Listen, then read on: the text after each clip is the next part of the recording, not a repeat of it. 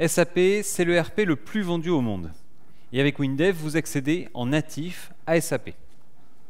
Allez, tout de suite, je lance WinDev, j'ouvre un projet.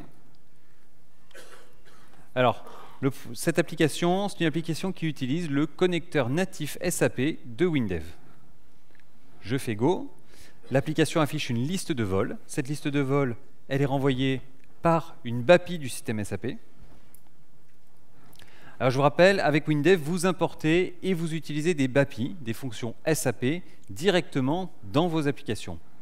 Et nouveauté en version 21, le connecteur natif SAP est disponible aussi pour les applications 64 bits. Allez, on revient dans WinDev et je vous montre comment on importe une BAPI pour pouvoir l'utiliser dans un projet. Donc c'est très simple, l'import c'est dans le ruban, c'est dans le volet projet, importer une fonction SAP. Un assistant se lance et là il suffit de répondre aux questions. Et ensuite, eh bien, WinDev va créer automatiquement une procédure pour utiliser la BAPI. Vous voyez, j'ai plus qu'à utiliser cette procédure pour accéder à SAP. Et c'est tout. C'est aussi facile que ça. Grâce à WinDev 21, vos applications 32 bits et 64 bits accèdent en natif à SAP. Alors on vient de le voir avec SAP, WinDev vous permet également d'accéder et d'interagir avec toutes les technologies du marché.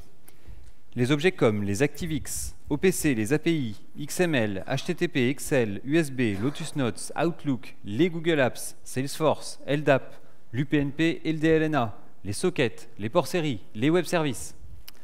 Alors sur les web services aussi, il y a des nouveautés en version 21. En version 21, vous pouvez maintenant demander à WinDev de générer la structure du web service à partir du WSDL, du fichier WSDL. WinDev, WebDev et WinDev Mobile 21 sont ouverts à toutes les technologies du marché.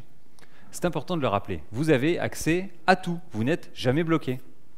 Et l'ouverture aux technologies tierces, eh bien, comme toujours, c'est facile et c'est natif.